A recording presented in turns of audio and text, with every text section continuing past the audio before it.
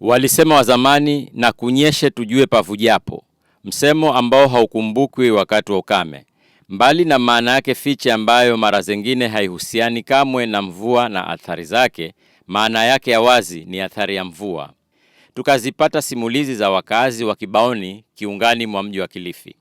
Hapa tuna shida kubwa sana, hata hatujui tutasaidiwa na nani. Maana haya maji hapa ndio ni kama depot ya maji. Maji yote yanayotoka Pwani University, maji yanayotoka Kaya, maji yanayotoka sehemu za juu alafu Kibaoni, yote ni area. Ndio maana ikawa hili shimo liwekwe hapa lisaidie hii maji yawe yanaingia ndani.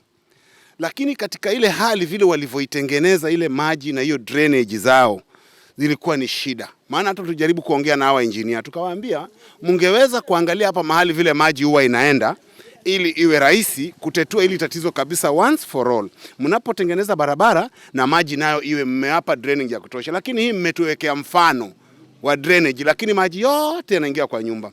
Tumeingiliwa na maji kutoka saa 11. Tumengangana na maji mpaka tumeshindwa.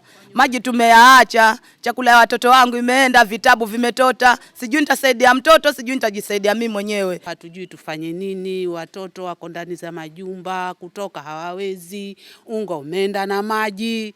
Rooms zote zimejaa maji, hata ibidi watoto tumewahamisha wameenda kwa majirani kwa ajili ya maji yamejaa katika ndani ya nyumba. Hizi barabara zilitengenezwa kweli, lakini sasa nikana kwamba zinatuumiza kwa sababu tumewapigia waheshimiwa kuanzia saa 12. Hakuna mwenye amefika hapa. Hapa Kilifi athari ya mvua imepatikana kwa kishindo kikubwa. Wala nyumba hazivuji, ivujayo ni mitaro ya kupitishia maji taka ambayo ivujapo matokeo yake ni haya, maji mpaka majumbani. Wala hakuna pa kupitia uingie humo ndani majumbani.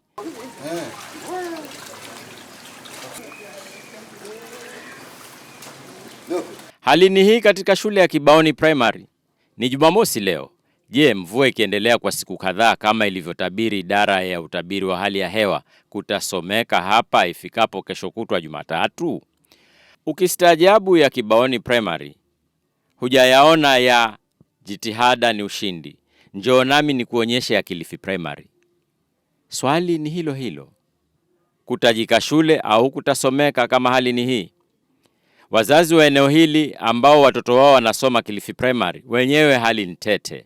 Wanakabiliana na uvamizi wa maji majumbani. Nyumba yetu imeingiwa na maji, nilikuwa nimelala saa 9 za usiku. Nasikia maji yashagonja magodoro kwenye makalio hivi, naangalia hivi. Maji ndio yamefika kila mahali, hata sijui nifanyeje. Si vyakula, si nguo, kila kitu kimeenda. Na jirani zangu hapa kina Ali pia hao nao imepatikana hivyo hivyo. Kumenyesha, tumejua pavujapo, basi wahusika wafanye hima wapazibe kabla hali kuwa mbaya zaidi. Tafadhali ni serikali, shughulikieni hii drainage. Ikiwa ni msimu ni mkavu, mnaangalieni wapi kuna shida. Ikiwa mvua imeanza kunyesha, angalieni ni wapi ambao wameathirika tukapate kusaidika. Basi nyinyi serikali ambao mko huko juu, hamtuonee huruma jamii hapa Kibaoni Primary, venye tunateseka. Maji yameingia kwetu, hatujui tutafanya nini. Tunaomba msaada kwa nyinyi watu wakubwa ambao mwaka ujao sijui mwaka huu mtapata vitambulisho, sijui kura. Basi sisi tunaomba mtusaidie saa hizi, maana hata leo hatuna hata chakula, tunakufa kabisa. Hali ya tahadhari ilitolewa na idara ya utabiri wa hali ya hewa kwamba kutakuwa na mvua ambayo italeta mshike kweli. Na siku ya kwanza tu ya mvua hali ni hii, hata muundo msingi wa elimu umeingiliwa, na mfano ni huu hapa Kilifi Primary. Juhudi ni ushindi. Itakuwaje kama mambo yataendelea kushindikana namna hii? Nikiripotia Coco FM, mimi ni Lolani Kalu. Coco FM, ladha ya Pwani.